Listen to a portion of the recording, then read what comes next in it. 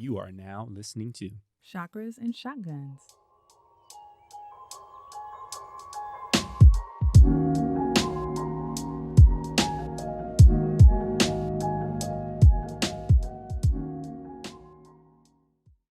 Welcome to Chakras and Shotguns, the podcast that guides you on a journey of spiritual development and personal preparedness. I'm Jen. I was a lawyer for 11 years. Now I'm a wellness entrepreneur and yoga instructor. And I'm Mick, a marketer, Reiki master, and prepper. So the word shaman, it can conjure up a lot of different things, a lot of different meanings. What does it mean to you? Is it a healer from the ancient past? Is it a mystical person in an indigenous tribe somewhere? What does shamanism look like today in the modern world? So today's episode, we're getting all into shamanism, and then we're hearing from our personal shaman, my favorite shaman, Mick. But before we get into that, we want to shout out our newest Patreon member, Shalea. Thank you so much for joining our Patreon and showing your support of the show. It really, really means a lot. If you are interested in getting to know more about how you can support Patreon, be a part of the community, get into all the extra perks and benefits and content and all of the things, check out our Patreon, patreon.com/chakras and shotguns. All right. Let's begin as we always do with a little breathwork meditation to put us into a mindful place. All right. So for today, I'll be taking over the breathwork. Since we're talking about shamanism really is about connecting with the natural world and connecting with our planet Earth. And so for this breathwork, I want to visualize us actually connecting our energy with the earth to allow us to be replenished and refilled. So if everyone could sit up nice and straight, find a comfortable position. You can sit or lay down. Place your hands down on your lap. And just take a couple of deep breaths and gently close your eyes. So in through your nose and out through your mouth. In through the nose and out through the mouth. Let's first take a moment to just think about all that the earth provides us with. The plant life that provides us with oxygen, the plants that provide us with fruits and vegetables, the animal life that supports us as well. All of these are gifts from the earth. Just take a moment to express your gratitude for these things.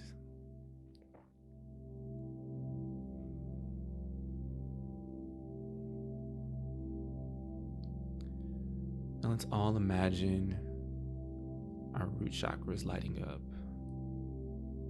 Just at the base of our spine is where the root chakra is located. Imagine a bright red ball of energy right below your root chakra.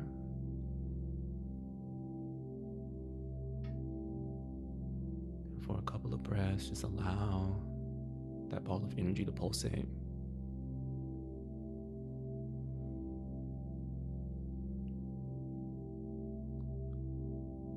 Now I want you to imagine an energetic cord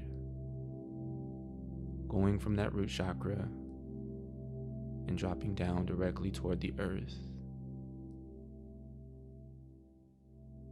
Visualize that red cord continuing to go down.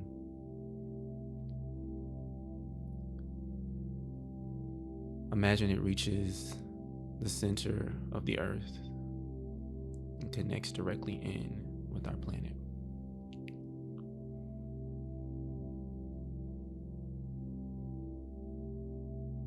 And just stay here for a few moments.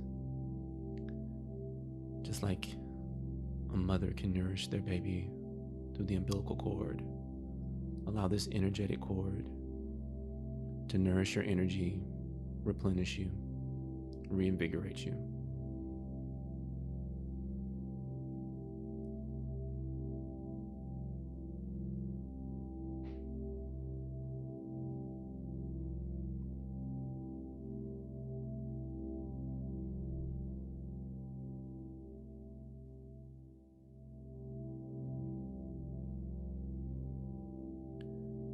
Slowly begin to retract that cord, thanking the earth for its gift.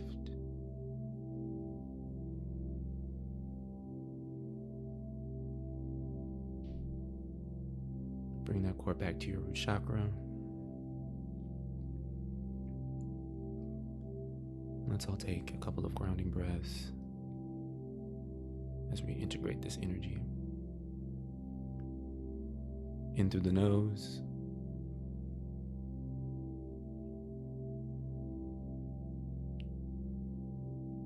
and out through the mouth.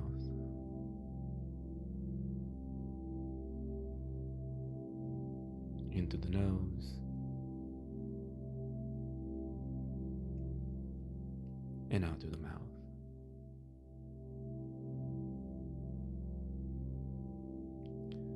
Wiggle your fingers and toes,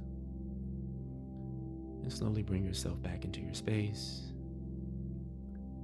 And when you're ready, gently open your eyes. Thank you, Meg. Of course. Beautiful. So this week, guys, we're diving into one of my favorite topics is Jinn Previewed. Mm-hmm.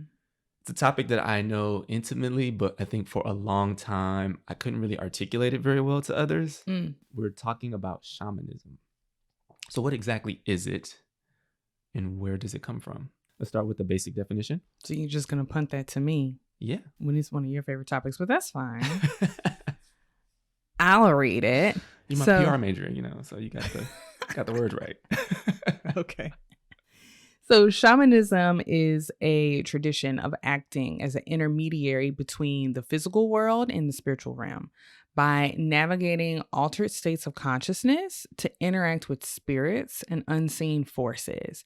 It involves healing, divination, guidance, and maintaining harmony with the natural world, which I feel like that ties into what we talked about at the very top of this episode of why we feel like we see that with indigenous cultures. Absolutely. Who tend to have a very strong and very deep connection to nature and balance. And, what are you taking from nature? What are you giving back? Yeah. I feel like indigenous cultures that have held on to these very, very old traditions. Yeah.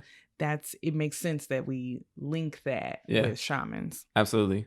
You make me think of the book that I'm reading right now, Braiding Sweetgrass. If you guys have not had a chance to read that book, definitely check it out. But essentially that book talks about balancing science with the indigenous practices and how science basically is just now catching up to understanding why indigenous practices are the way they are and why they work. Mm-hmm. It's like we're trying to now put scientific language on top of it now when indigenous people knew all along what was right. So it's a really dope book. So I digress though. Back to shamanism, and the term shaman, it actually comes from, I think, the Tungus tribe in Siberia, right? So It's not like a word that shows up across a bunch of different cultures. We've kind of made it such, right? We kind of created this umbrella term for similar people in different cultures, but it really comes from this Siberian tribe. And the etymology of the word, if you kind of look at their language, the word shaman translates into one who sees. So if you think about seeing into the other side or seeing into the natural world and kind of pulling out these things that science is just now trying to explain, that's where shaman comes from. As I mentioned, the word has now become this umbrella term for practitioners who kind of work with nature and have these nature-based traditions. One of the things that I think is really dope about shamanism is that, again, it's not owned by any one particular culture, and that there's all of these cultures who were separated geographically who kind of had very similar practices when it came to working with nature and a lot of this work. So cultures that had no communication with each other. Feasibly, yeah. Okay. Yeah. So let's get a taste of these different commonalities. So here are a few descriptions of different shamanic practices from cultures around the world. So in Europe, you have the Sami people or the Sami shamans, and they utilize a practice called, now y'all bear with me, child, because it's y'all got some names up in here, boy, in this episode. So give me some grace. Okay. So the Sami people utilize a practice called joik. Okay. think you did all right. which I don't know why it makes me think of yeet, but that's neither here nor there. It's a form of rhythmic chanting or singing, Yeah. often accompanied by a frame drum Yep. to induce trances, so like a trance-like state, a hypnotic Yeah. type of state. And so in these trances, the Sami people commune with the spirits of nature, seeking guidance on matters of health, hunting, and the future. Mm-hmm. That's Europe. Moving on to Asia, the Yakut shamans, Mm-hmm. also called shamans, undertake elaborate rituals to enter trances, and journey through the spirit world. We just heard about that. Mm-hmm. Yeah. These rituals often involve drumming, singing, and specific movements, and are believed to grant shamans access to different spiritual realms. Okay. Moving on to Africa, the motherland.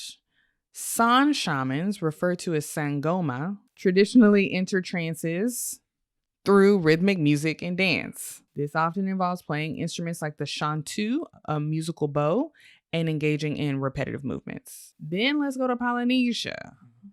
I feel like Carmen Sandiego. We have the Maori Tahunga, who are spiritual leaders and healers who utilize intricate chants known as karakia and specific rituals to mediate between the physical and spiritual realms. So kind of like go back and forth. So as you can see, there's a lot going on there. Yeah. Kind of got repetitive at some point. I love it. I love that. And there are some theories that there was maybe some communication between some of these cultures, like they were getting on boats and seeing each other. But I don't think like fundamentally these like religious practices or spiritual practices were really being transferred across like these lands. I think to me, I think there was someone who had a gift, who had like a propensity to be able to connect with the spirit world, and they kind of in each of those cultures rose to like the place of the shaman, right? So like I think about the movie Black Panther, right? They always talk about like the first Black Panther. Obviously this is fictionalized, but like I think it is a good similarity, I guess, to real life, where like the first one, he got the first plant and then he was like a warrior shaman. He took the plant and then boom, like and started passing down the knowledge from there, right? So I feel like there was one gifted person who got the knowledge and then passed it down to the next generation. That's my theory. Yeah. And even if they could see each other, the language barrier. Agreed. Of like, how do you communicate that if you don't speak the same language? It's like, oh yeah, you kind of doing what we do, but how do I know who you talking to? Exactly. And that we're doing the same things. Yeah. So sometimes I think about, this is an aside, but sometimes I think about how there's so much that we don't know about the past, like that we're just trying to piece together through archaeology and, you know, random accounts. I'm not going to get into the whole like Atlantis. Yeah, we don't want to go down that rabbit hole. Babylon. Right we're not going to do that today. Yeah. We should though, but we're not going to do that today. That's a whole different episode. I know. But it's like, what if our current society completely collapsed and like went quiet, and then like humans had to start over and they were like digging up artifacts. Yeah. And then like maybe they found like an old video, and you know, like Koreans sing gospel music now. And what if they got it mixed up and they were like, they started gospel music? That has nothing to do with anything that we're talking about. I didn't know where you were going with that. But now we're here. Okay.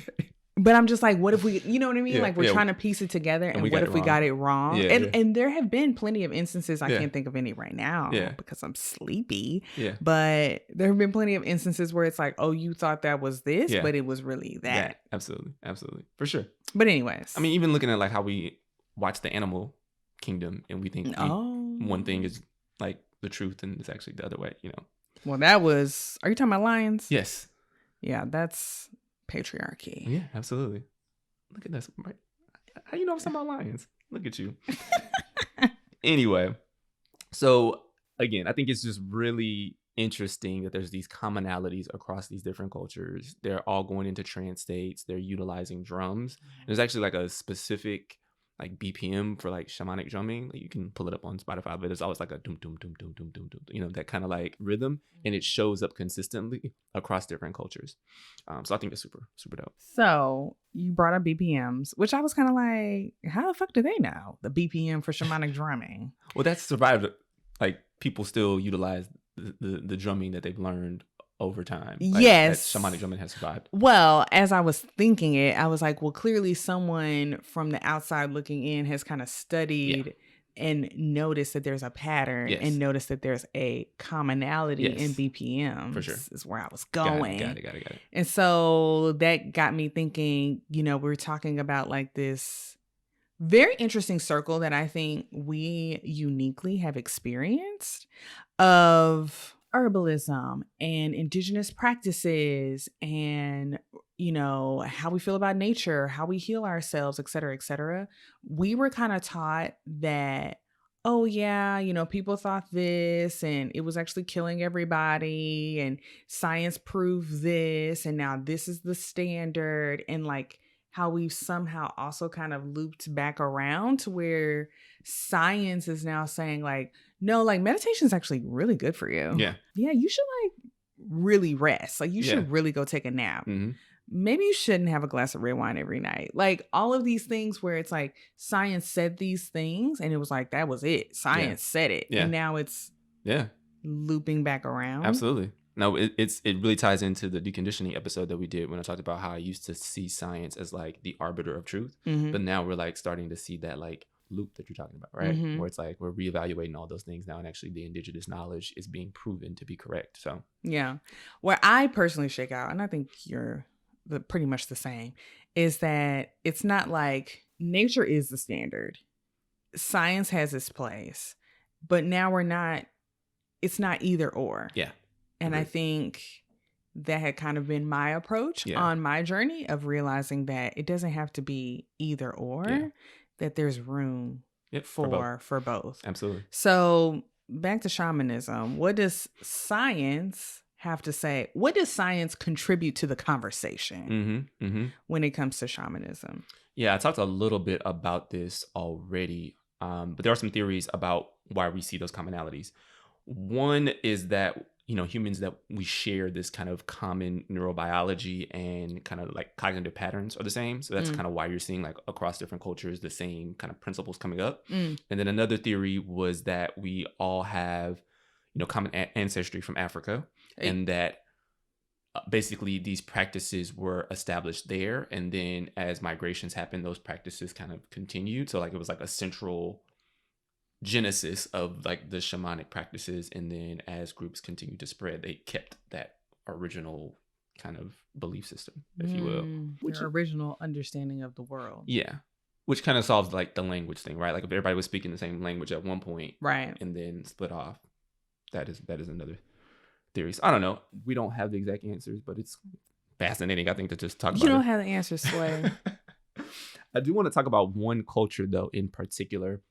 We've mentioned them before on the podcast. I don't remember what episode it was, but we had Caara Lovick on the show, and she talked about her work with the Caara people who are in Peru in the Andes Mountains.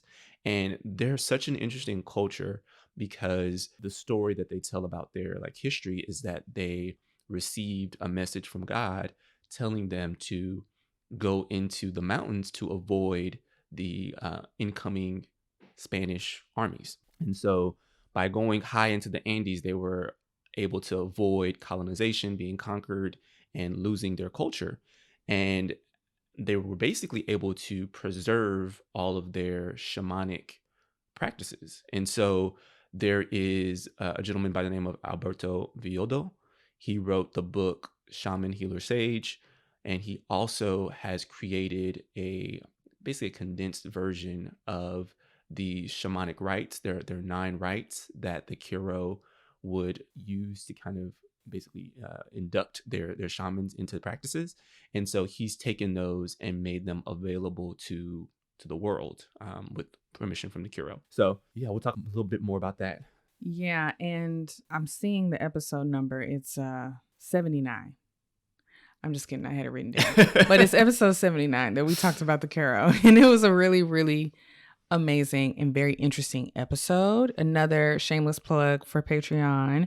Both Mick and I, it's 2024 now. So even though the Caara are high up in the Andes Mountains, some of them have learned Spanish. Yeah. And Caara works with them and does these remote readings and healings. Mhm. And so there's like a couple of translations it has to go through, like Yeah. English to Spanish to Quechua. Quechua, and then you get it back. And so we've worked with them and Mhm. had remote healings done on both of us and one of our daughters who Mhm. was struggling with asthma. And if you want to hear a detailed Mhm. telling of that, check out episode 79 and check out our Patreon, patreon.com/chakras and shotguns. Thank you. Bye. All right.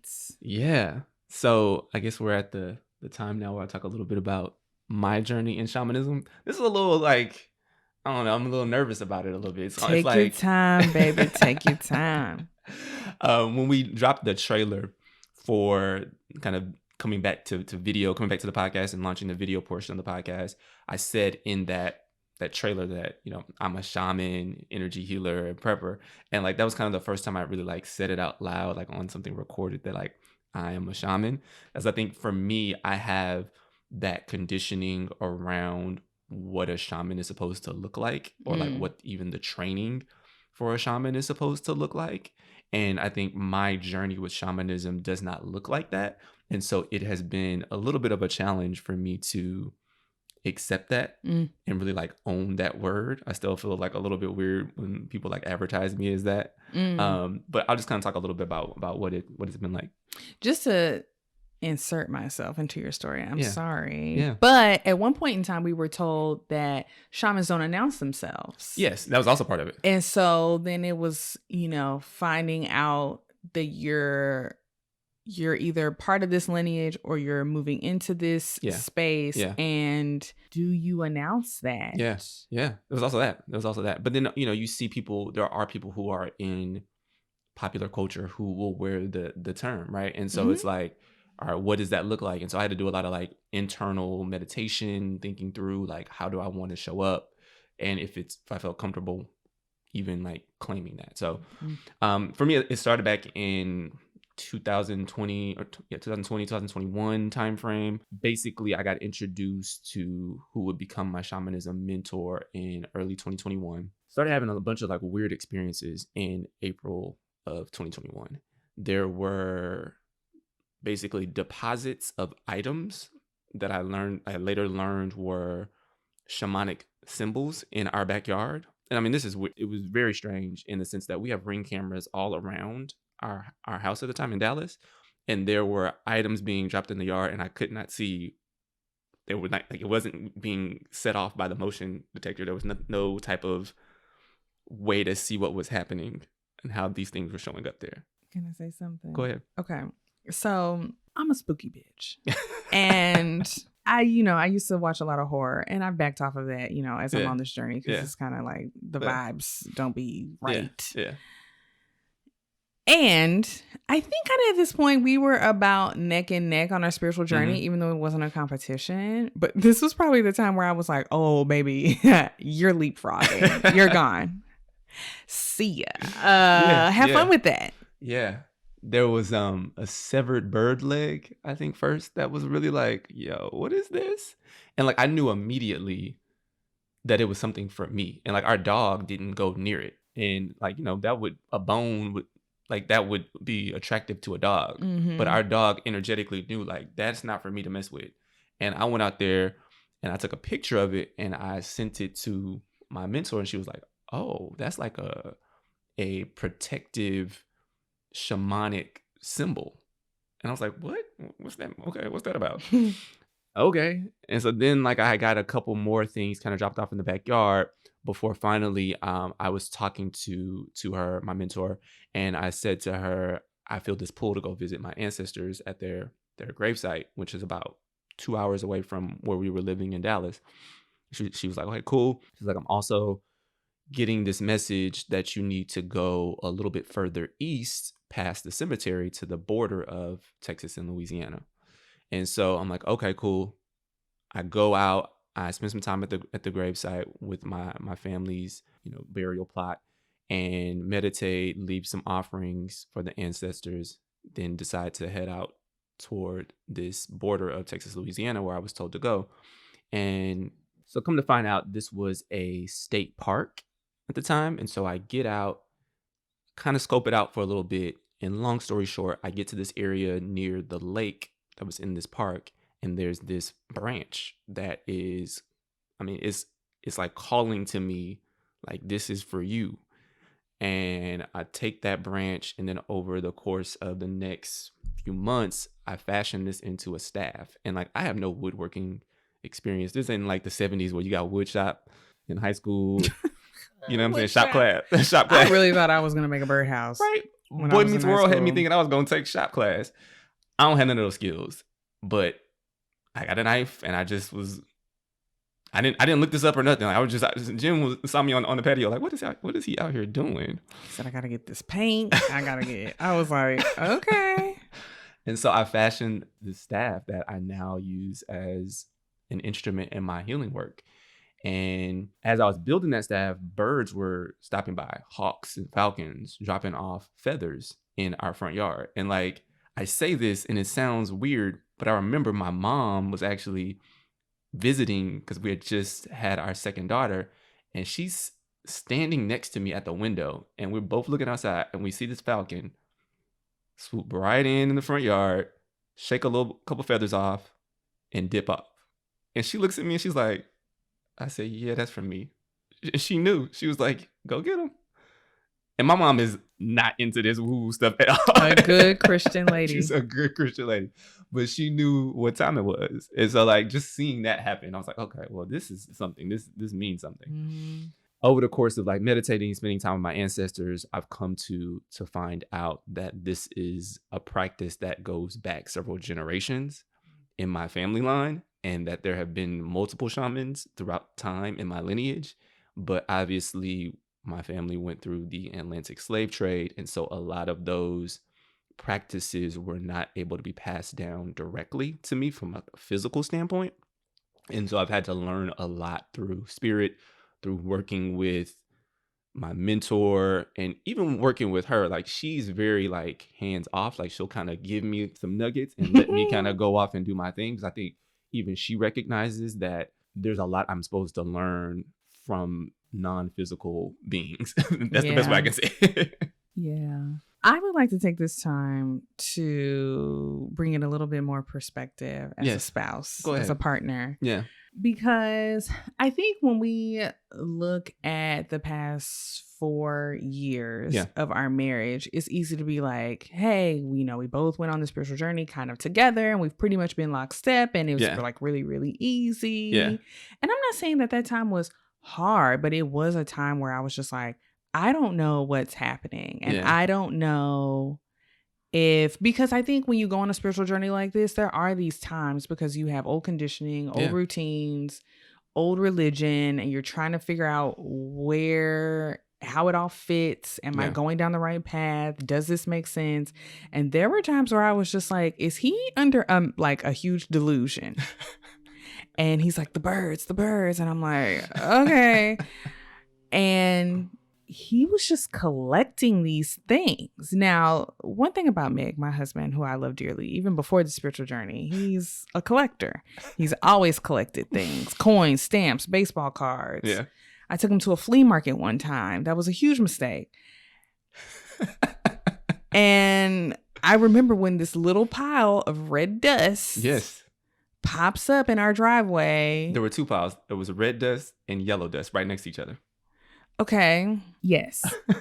And completely out of sight of a camera. Yeah. Remember, there's a preparedness part of this podcast. We had cameras all around that house. Yeah. And it's completely out of view, like Ocean's 11 or something. And he's like, I got to collect it. And he had it in these little baggies. And I was like, well, this is where, even if you don't understand, you can still be a helpmate. And I said, well, let's find you somewhere to put all these things that you're collecting. And so I got him a beautiful basket. It's right over here. Mm-hmm. So he could, put those things away. Yes. So they weren't here, there, and everywhere. But, you could tell the rest of the story. That red dust came up later. And I mean, it was a long play because that was like 2 and a half years. Yeah, something like that. Before I needed it and I used it. And it was so random. And it wasn't it wasn't even, which I think sometimes we need that confirmation from other Yeah. people, and that's why we get our readings Yeah. ourselves. It was so like someone else, a third party, was like, "Oh, you need this, this, and this for a ritual," and you were like, I got red dust. "I have red dust, Yeah. red brick dust." Yes.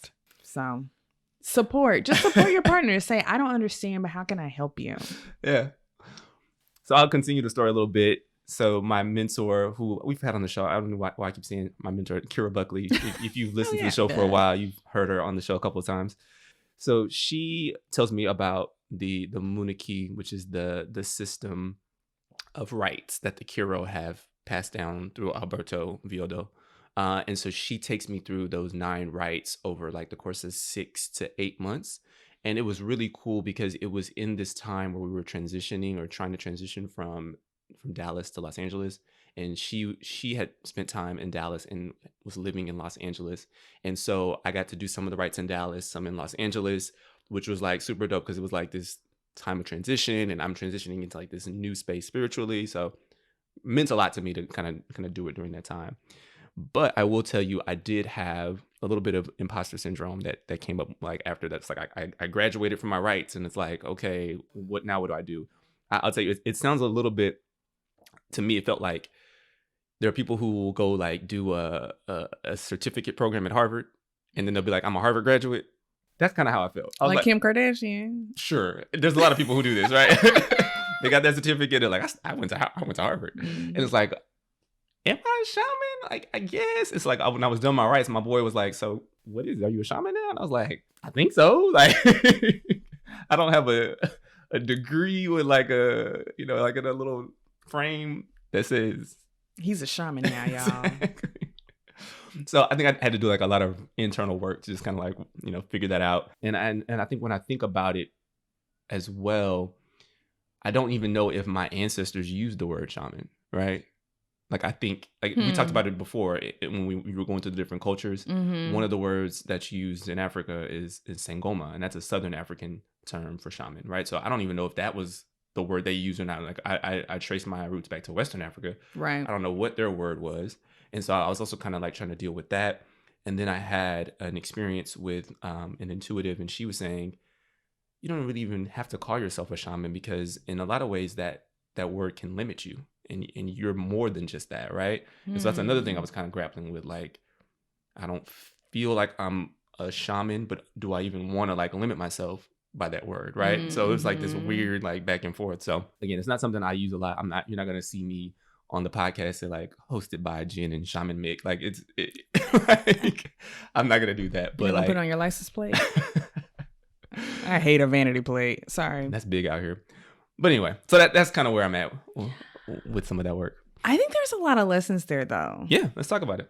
One, I think a spiritual awakening can be extremely powerful. And you may even have this feeling of like, oh, I figured it all out. I know what it all means. I know how it all works together. And then life will be like punching the gut. And you're like, wait, imposter syndrome? I thought that was a corporate America thing. And it's like, no, Psycho got you. Yeah. And the journey is just starting. Like the healing is just starting. Figuring out your place is just starting. Yeah.